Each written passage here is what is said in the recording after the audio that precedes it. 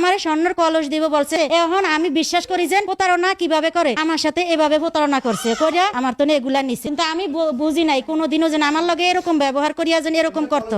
Badge যারা কেমন বেলকি দেয়, এরকম বেলকি দেয় ওদের মাথা নষ্ট করে লেছে। মানে ওরা বুচ্চা উঠার আগে কিন্তু ওনার কাজ নিচ করে চলে গেছে যে খালা আপনার সেন্ডা দেন, আপনার কানের দুলটা দেন। এটা কি করে, ওটা কবিরাজের কাছে যাবো, কবিরাজের কাছে গেলে কি হইব, এটা দিয়ে আমি আর অন্য গয়না আনবো। আপনি বাসা বাড়ি থাকেন না কেন? আমরা জিজ্ঞেস করলে বলতো যে বাসায় থাকতে পারি না, আমার কিছু সমস্যা আছে, আমার লগে যক্ষা জিন আছে, এই জন্য আমার বাসায় থাকতে দেয় না। আমি যদি অন্য বাসায় থাকি আমি ভালো থাকি। অল্প পর্যন্ত আমি কাঁদতাছি টাকার জন্য। আমি ঋণ দিতে অনেক কষ্ট, আমি কিস্তি টাকা দুইটার কিস্তি টাকা ছুটাই ওরা টাকা দিছি। এরা জিন চাল দিছ, জিন চাল দিয়ে হয় এমন করিয়া প্রতারপ করে হয় আমাকেও সবকিছু লয়ে। এই হইছে মুক্তা যে আমার সাথে প্রতারণা করছে, এই এলো। এই হইছে এই মুক্তার শ্বশুর যে আমার সাথে যে প্রতারণা করছে, ওর শ্বশুর আমার বাসায় আসছে, ও হেও আসছে, হের ওয়াইফও আসছে। আর এটা হইছে ওর বড় ভাই।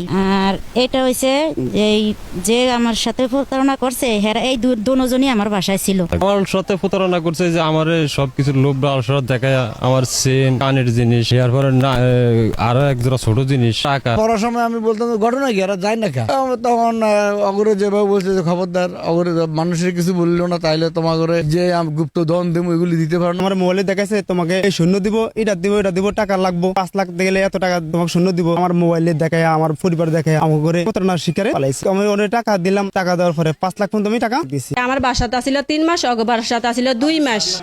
আমার স্বামীর কষ্টটা কামাতে অনেক খারাপ লাগে। অল্প পর্যন্ত আমি কাঁদতাছি টাকার জন্য। আমি ঋণ দিতে অনেক কষ্ট, আমি কিস্তি টাকা দুইটার কিস্তি টাকা ছুটাই ওরা টাকা দিছি। এরপর আমি এলাকার দানা ফনা করে আমি অনেক গাইরা গেছি। আমার জিনিস নিছে, হে জিনিসের লাগে আমার সবে ধরতে আছে। প্রতারণা না, হে বহুত কিছু করছে। আমি জুতার মালা গলা দিতাম, মাথার চুল চাই চাল কাটতা দিতাম, দিয়া আমি এলাকায় ঘুরাইতাম। আমার এই এলাকায় এমন কোন লোক নাই যেন ওরে না চিনি। তো আমার রগে যেগুলা করছে, এখন আমি বিশ্বাস করি যে প্রতারণা কিভাবে করে আমার সাথে এভাবে প্রতারণা করছে করিয়া আমার তো এগুলা নিছে, কিন্তু আমি বুঝি নাই কোনোদিনও যেন আমার লগে এরকম ব্যবহার করিয়া যেন এরকম করতো। আমার স্বর্ণের কলস দিব বলছে, আমার কলস টলস যাই কিছু দিব, ওইটা তো আমি ইয়াতে পড়ছি। আর বেশিরভাগ পড়ছি যেন আমার মেয়ে নিব, ধরেন মেয়ে নিব, ব্যাংক ব্যালেন্স অনেক কিছু স্যালারি আছে। তাহলে আমি আমার মেয়েটা যদি ওই ঘরে দেই, তাহলে আমিও তো সুখী। মা পরিচয় দিছে, এটা বলছে যে ওর মা। আর এই হইছে মুক্তা যে আমার সাথে প্রতারণা করছে, এই এলো। এই হইছে এই মুক্তার শ্বশুর যে আমার সাথে যে প্রতারণা করছে, ওর শ্বশুর আমার বাসায় আসছে, ও হেও আসছে, হের ওয়াইফও আসছে। আর এটা হইছে ওর বড় ভাই।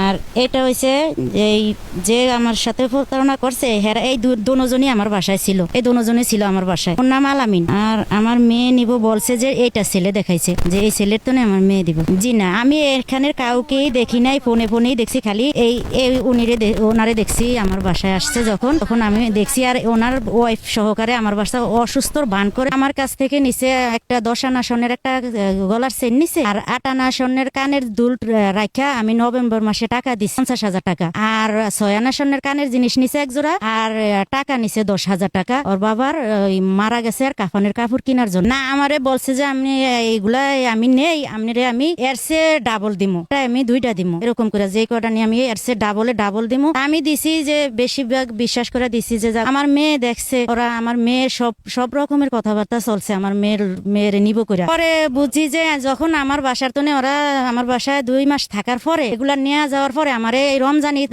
আসার পরে আমারে রমজানের ভিতরে পুরো রমজানে আমারে দাওয়াত করে যে খালু আমারে আর আমার বাড়িওয়ালারে দাওয়াত করে যে আপনারা ঈদের পরের দিন আমাকে বাসায় আসবেন। পরে এই রমজানের 3 দিন থাকা অবস্থায় আমরা ফোন দেই, খালি ফোন ওর বাচ্চায় ধরে, ওর যে মায় ধরে, এরকম মানে ওই কিন্তু আমাকে দাঁড় নিয়ে যাইতেছে। ব্যাজ যারা কেমন বেলকি দেয়, এরকম বেলকি দেয় ওদের মাথা নষ্ট করে লেছে। মানে ওরা বুচ্চা উঠার আগে কিন্তু ওনার কাজ নিচ করে চলে গেছে। যখন 1 মাস হইলো তখন আমার থেকে টাকা নেওয়া ধরছে। আমার মোবাইলে দেখাইছে তোমাকে এই শূন্য দিব, এটা দিব টাকা লাগবো, 5 লাখ গেলে এত টাকা তোমাকে শূন্য দিব। আমার মোবাইলে দেখায়, আমার পরিবার দেখায় আমার ঘরে প্রতারণার শিকারে পালাইছে। আমি অনেক টাকা দিলাম, টাকা দেওয়ার পরে 5 লাখ পর্যন্ত আমি টাকা দিছি। আমার সবকিছু লোভ লালসা দেখায়, আমার চেন কানের জিনিস, এরপরে আরো এক জোড়া ছোট জিনিস, কানের দাপটা 2 জোড়া, গলার চেন, আর এই ছোট 1 জোড়া ঋণ না কি ছোট 1 জোড়া নিছে, 4 জোড়ার কথা শুনছি। চলাফেরা ধরেন একজন লাগে যেন কইছে হেতিয়ে মরি বেশে হেতিয়ে চলাফেরা করতো। ধরেন মানুষে কে কিছু করলে হিয়ারা ধরেন জব্দ করে লইতো। ওর আঙ্গ বোর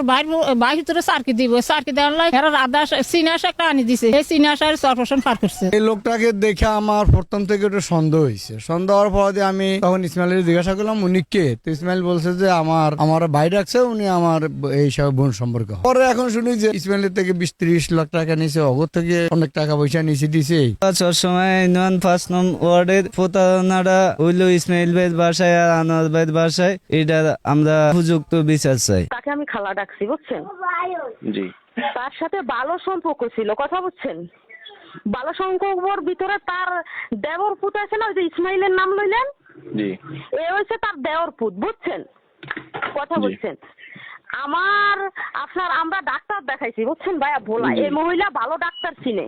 জি হ্যাঁ এখানে সে তো আমার থেকে ফানা দেন না, কথা বুঝছেন, সে আমার নামে অভিযোগ করতেছে, সে আমার থেকে ফানা দেন না, সে দিল্লি বইলোক, তার কোনো ভয় নেই, আমি তো আসামি, কথা আমার বুঝতে চেষ্টা করেন ভাই। যদি আমি তাদের সাথে এরকম একটা কোনো দুর্ঘটনা করতাম তাহলে আমি এই সিমটা এখনো বর্তমানে এখনো চালু রাখতাম। আমরা আপনার স্বামী যে আলামিন ওনার ফোনে ফোন দিয়েছিলাম, ওনার ফোনও বন্ধ পাইছিলাম। শুনেন ভাই, আমি একটা করি, চুরিও করিনি ডাকাতিও করিনি, যদি করতাম তাহলে এই সিম আর আপনার সাথে এরকম কথাও বলতাম না, আমাকে বুকে সাহস আছে, ঠিক আছে কথা বলতে আচ্ছা পারবো। ঠিক আছে ঠিক কথা আছে বুঝছেন?